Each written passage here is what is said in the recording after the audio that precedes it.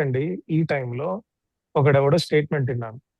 ఆయన ఏం చెప్పాడు అంటే, "నేను మీకు అందరికి మోక్షాన్ని ఇచ్చేస్తా" అన్నాడంట. "నేను దేవుడిని మీకు మోక్షాన్ని ఇస్తా." మనుషులు ఏం చేస్తారు? మనకి ఆత్రం ఎక్కువ.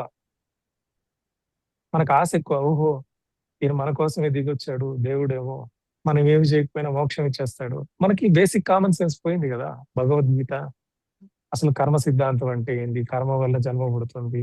ధ్యానాగ్ని దగ్ధ కర్మాణం. కర్మలు పోతేనే మనకు క్లియరెన్స్ వస్తుంది. ఆ కర్మలు లేకపోతేనే మనం జీవన్ముక్తి పొందుతాం.